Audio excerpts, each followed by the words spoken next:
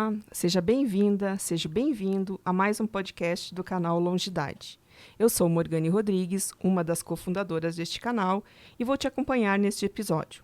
O Longidade é um canal digital dedicado a trazer informação sobre a longevidade. Aqui trazemos novidades e assuntos de interesse para serem debatidos com especialistas na área.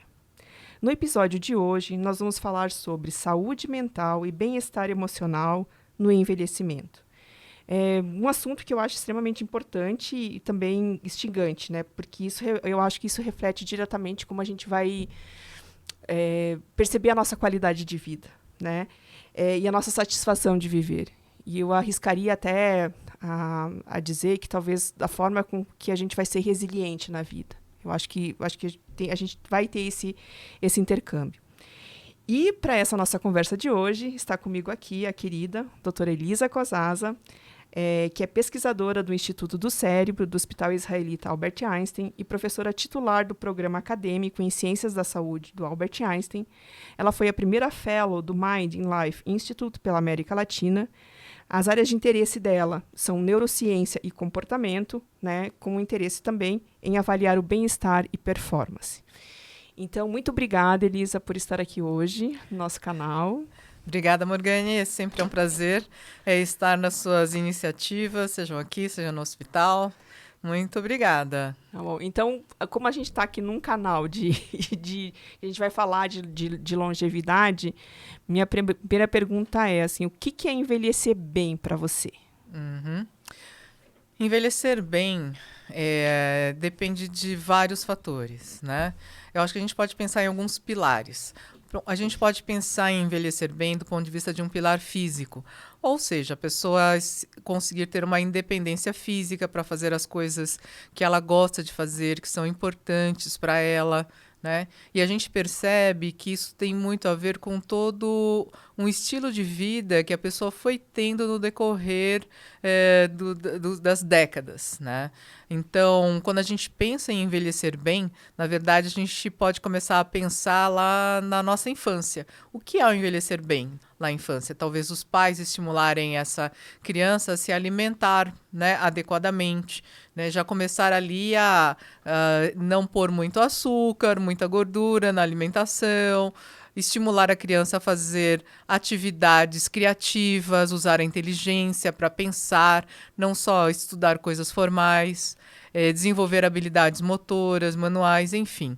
Então, a gente pode pensar de um ponto de vista de um pilar físico, a gente pode pensar de um pilar mental / emocional, em que a pessoa nesse processo de envelhecimento, ela não se esquece de continuar cultivando as amizades, os bons relacionamentos, estar com a família, aprender também a perdoar, né, que é uma das coisas muito, muito importantes no decorrer da vida para a pessoa conseguir manter bons relacionamentos. Essa semana mesmo, Morgane, eu estava conversando com um amigo, estava me falando, nossa, como é importante essa história de compaixão, né? Só agora que eu comecei a entender que essa história é importante, porque se eu não tiver compaixão, daqui a pouco eu não consigo mais me relacionar com ninguém. Né? E o que seria essa compaixão? Seria essa habilidade, né, de olhar para uma pessoa como um ser humano como você mesmo é, que vai acertar, que vai errar e, eventualmente, vai sofrer, né? E que pode precisar da sua ajuda, ok? Independentemente do histórico que vocês tiveram, né? Então, essa predisposição para estar ali perto, poder fazer o seu melhor, né?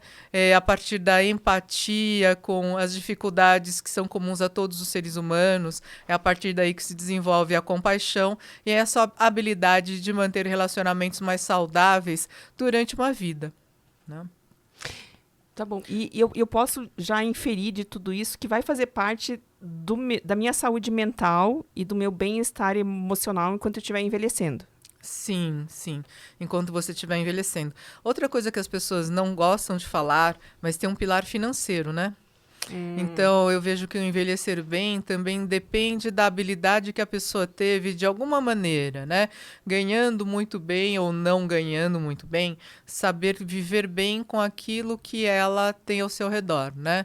Então, com aqueles recursos, conseguir aprender a suprir as suas necessidades, né? As necessidades básicas, sei lá, talvez conseguir fazer uma coisa chamada economizar, que eu vejo que as pessoas têm uma grande dificuldade, né? Eu acho que quanto mais jovem, menos a gente pensa nisso, Quanto né? mais jovem, menos a gente pensa nisso, mas as maiores oportunidades que você tem financeiramente estão ali, né? Na Verdade. sua juventude. Ok.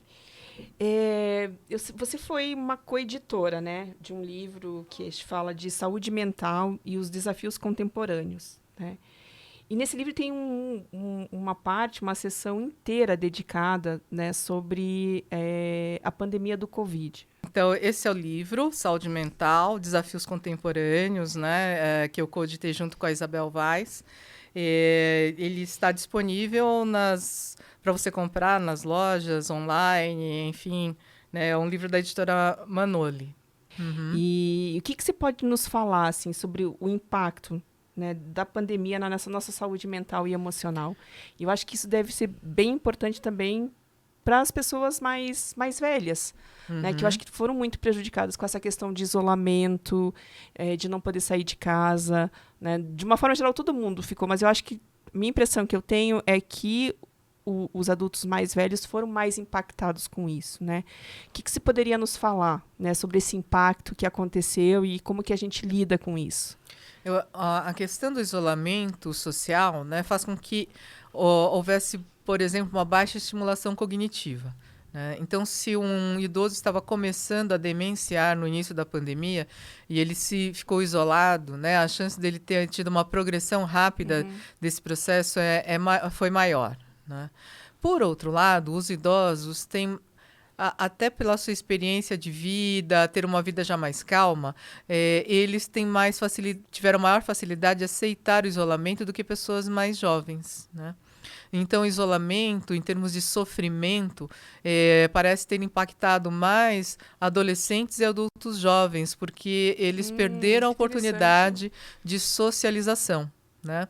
Imagina um adolescente com toda aquela energia, com aqueles hormônios, né, vindo à tona, ele sem poder namorar, sei lá, se relacionar, encontrar um amigo, falar dos sofrimentos que ele estava tendo, né? Tanto que isso estimulou demais o boom das mídias sociais. Né? Então as pessoas começaram a se relacionar ainda mais, né, pelas mídias sociais, a postar coisas, a fazer cursos online, a conversar online. Tanto que hoje em dia eu já vi uma matéria recente indicando que alguns adolescentes estão preferindo conversar com o chat GPT do que com psicólogo, né? Então a coisa está ficando um tanto quanto perturbadora, né? Mas sim, os idosos foram afetados nessa questão do isolamento, sim, mas não só eles, né? As pessoas mais jovens também. E qual será que vai ser o impacto desse jovem que ficou isolado esse tempo, os prejuízos que ele pode ter tido, qual será o impacto no processo do envelhecimento dele, né? Eu sempre gosto de pensar no envelhecimento como um contínuo. A gente muitas vezes acaba pensando, né, no envelhecimento, lembra de pessoas com uma certa idade, talvez com mais de 50, 60 anos de idade. Mas não, né? Ele está acontecendo o tempo todo. Você acha que esse excesso, né, de que a gente foi para esse mundo virtual, né? Você acha que isso, pensando no nosso bem-estar físico e emocional, que isso deixou a gente de socializar um pouco, né? Que você falou aí dos jovens, tudo assim. Você acha que isso tem um impacto negativo para a população mais idosa, apesar de todos esses recursos que você citou agora? Porque eu fico pensando na questão do isolamento, né? Que eu acho que a questão social para o idoso é muito importante, né? Como que você vê isso? Ficar longe, por exemplo, dos netos, do carinho, do afeto, né? Acaba mexendo em outro pilar importante do envelhecimento, que são os relacionamentos, né? Então, uma das coisas que se estimula no envelhecimento saudável, tem até aquela pesquisa na Universidade de Harvard, né, que começou na primeira metade do século passado e ainda continua acompanhando o envelhecimento das pessoas, o quarto diretor-geral, né, do estudo e atual diretor-geral, ele justamente diz que de tudo que se estudou a respeito do envelhecimento, o fator mais importante para o envelhecimento mais saudável é cultivar relacionamentos saudáveis, né? É ter um cônjuge que te apoie de alguma maneira, mesmo que vocês briguem, etc. Ou, se você não tem um cônjuge, ter amigos próximos, né, que possam, então, compartilhar com você as dificuldades do cotidiano. Ok. Então, a questão social realmente é importante, né? É muito importante. Para a nossa saúde emocional. Nós somos animais sociais. Sociáveis, é né? isso aí. Então, se a gente for pensar na nossa biologia, como nós somos enquanto espécie humana, nós somos animais sociais. Verdade.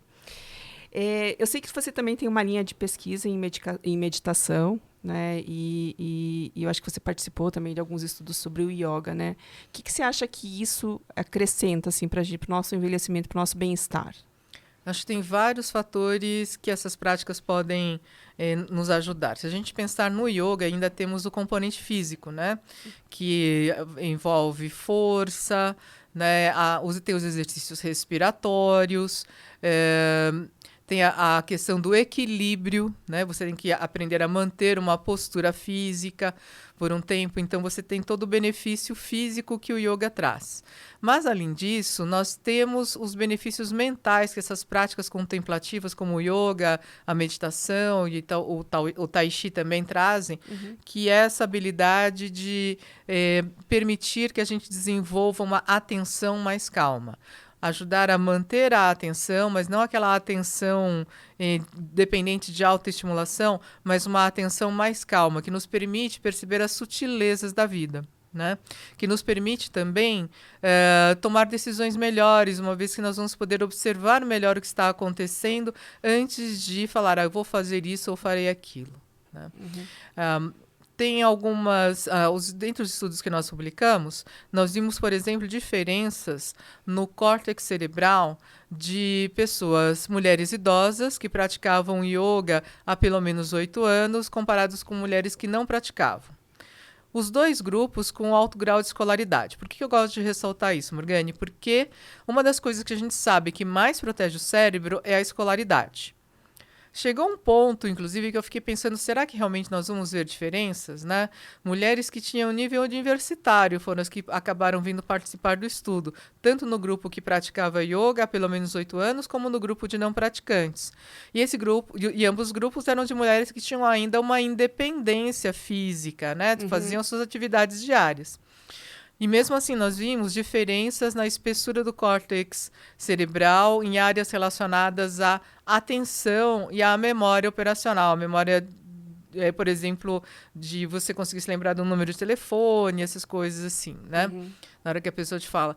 Então, parece que essas práticas podem promover uma proteção do cérebro, ajudar a gerar uma reserva cognitiva, né, como se costuma dizer.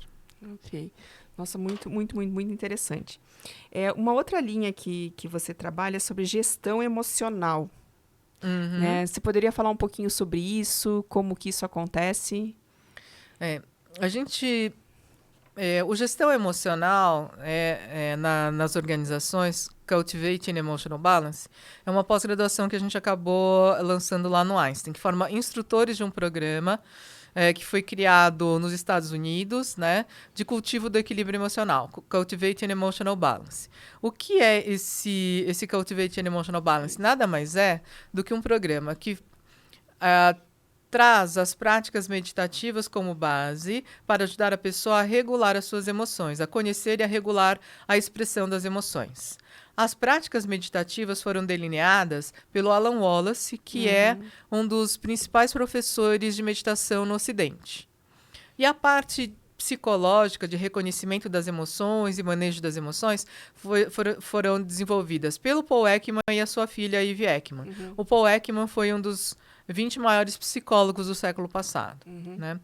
Então, ao contrário de outros programas, né, em que as pessoas não têm esse nível de conhecimento em suas respectivas áreas antes de desenvolver o programa. Então, no momento em que o Alan e o Paul Ekman e a Ivy se encontram, né, o Paul já tem uma carreira super consolidada, né, era professor da Universidade da Califórnia nessa área das emoções, o Alan com toda a experiência dele como professor, né, de meditação, e eles criaram então o Cultivating Emotional Balance. E eles testaram esse estudo num grupo de professoras lá de São Francisco, né? E viram, então, que o grupo que participou do programa, comparado a um grupo que não havia participado, tinha muito desenvolvido habilidades para reduzir os sintomas de depressão e de ansiedade, reduzir a ruminação, que muitas vezes nos perturba tanto, né? Aqueles pensamentos recorrentes, melhorou a habilidade de elas reconhecerem as expressões faciais, né, nas outras pessoas, aumentou afetos positivos e diminuiu afetos negativos. Né? Então, é muito interessante a gente ver como um programa, né, de treinamento faz com que as pessoas possam melhorar as suas habilidades emocionais. Né? E é um programa de meditação, basicamente, ou te ensina a você reconhecer essas emoções perturbadoras? Assim? Então, não é um programa só de meditação. Meditação é uma parte do programa. A outra parte é toda uma parte de literacy ou de alfabetização das emoções, né? Primeiro, para a pessoa aprender a reconhecer nela mesma, o que ela fazer quando ela reconhece uma emoção mais intensa. Então, toda a parte do manejo emocional é a outra parte importante desse programa. Nossa, muito, muito, muito interessante. E ele é aberto a toda a população, por exemplo, ou você tem algum pré-requisito? Para fazer a formação de instrutores, como é uma pós-graduação, a pessoa precisa ter uma graduação, um curso de graduação, né? Agora, para participar de um programa de Cultivating Emotional Balance, que não é a formação de instrutores, eu acho que o programa é mais interessante. Participar do programa, que o programa completo tem 42 horas, mas tem formatos mais reduzidos, de 12 horas, por exemplo, 20 horas. E a pessoa pode participar sem nenhuma formação específica. Agora, eu sei que você pratica surf, que eu acho muito legal. E você também, eu sei que você é uma meditadora, né? Então, uma pergunta mais pessoal, assim, né? Como que isso ajuda na sua vida, assim? Como que você vê isso, assim? Olha, eu nunca penso muito na perspectiva de como isso ajuda a minha vida. Mas eu penso sempre que as pessoas têm que fazer aquilo que elas têm vontade de fazer e que elas percebem que essas coisas serão boas para a sua vida. Né? Então, eu não acho que as pessoas devam se limitar, né, com pensamentos tipo assim, mas eu vou ter idade para fazer isso, né? Etarismo, né? Entrar nessa questão do etarismo, né? Ou, não, eu sou de um gênero feminino, não vou fazer isso ou aquilo. Não, eu acho assim, você acha que isso é importante para você, você gostaria de fazer? No mínimo, eu acho que você tem o dever para com você mesmo de experimentar. Né? Porque a partir do momento que você experimente, talvez você fale assim, não, realmente não era bem isso que eu pensava. Mas talvez você descubra que é muito além do que você pensava. E na minha experiência de vida, tanto a arte marcial quanto o surf foram muito além do que eu pensava. Né? Eu comecei a aprender a surfar há uns 20 anos atrás. Aí eu já tinha mais de 30 anos. Né? Já é uma idade que muitas pessoas, principalmente mulheres, poderiam pensar, não, isso não é para mim, né? Mas não, eu resolvi fazer aula de surf, e aí fui, e a gente foi conhecendo amigos e tal. E, de repente, hoje eu estou treinando foco e regulação emocional em atletas que participam do Campeonato Mundial, né? Do Campeonato Brasileiro também, né? E eu acho que a minha experiência pessoal com o esporte faz toda a diferença. Porque eu sei, de alguma maneira, o que o atleta está sentindo e o que ele precisa. Né? Eu costumo acompanhar, por exemplo, né, em que etapa do circuito ele está, e eu tenho uma ideia também dos desafios que são daquela etapa específica, sabe? Então, de repente, né, aquilo que era só nossa, que legal, né, surfar e tal, acabou me levando assim, para uma convivência para muito além. Além do que você esperava. Inclusive, eu vou estar falando também, né, no simpósio de saúde e medicina do surf, né, e eu acho que vale a pena as pessoas darem uma buscada, aí, principalmente os profissionais da área de saúde. Então, já existe até simpósios nessa área, né? Esse vai ser lá em Ubatuba. Nossa, muito, muito, muito interessante. E que conselhos que você daria para as pessoas que estão buscando o envelhecimento, pensando em bem-estar, em ter um equilíbrio emocional, assim, o que elas podem fazer nesse sentido? Assim, Eu acho que, em primeiro lugar, as pessoas têm que investir no autoconhecimento. Né? Não dá para passar uma vida sem se conhecer e sem olhar para aquilo que te faz sentido, né? Para aquilo que é importante para você. Então, eu vejo uma vida de qualidade, um envelhecimento de qualidade, ele parte dessa premissa. Né, da pessoa investigar, ter essa curiosidade, essa visão de cientista de si mesmo, né? E ali fala assim, olha, o que realmente me importa, né? E viver de acordo com esses valores. Ir buscar essas motivações, tentar realizar os seus sonhos. Né? Independente da idade. Independentemente da idade. Recentemente eu fiz um post no Instagram, né, de uma foto que eu encontrei, muito legal, que tinha uma senhora idosa, né, e a pergunta era, quantos anos você tem? Eu falei assim, aqueles que ainda estão por vir, porque os anos que eu já vivi não os tenho mais. E para você conhecer mais sobre o trabalho da Elisa, né, a gente vai deixar aqui no nosso podcast abaixo os links, né, onde você pode encontrar ela no Instagram, e é uma forma de você entrar em contato com o trabalho que ela faz, que é um trabalho maravilhoso. Obrigada. Eu acho que o Instagram é a melhor, né? É @Elisa com S, Cozassa, K-O-Z-A-S-A. Se alguém quiser mandar uma mensagem no direct, eu respondo. Perfeito. Estamos chegando, então, ao final, né, do nosso podcast. Eu queria muito agradecer a Elisa pela presença dela aqui. Hoje nós conversamos sobre saúde mental e envelhecimento, né? E eu gostaria de lembrar a todos os ouvintes a se inscrever no nosso canal e acompanhar o Longevidade nas redes sociais para ficar mais informado e desenvolver uma longevidade com saúde e qualidade de vida. Deixe seus comentários, né, no final do nosso podcast, dos assuntos que você gostaria de ouvir por aqui e dos convidados também que você gostaria de ouvir por aqui. E nós nos vemos no próximo episódio. Até mais tarde.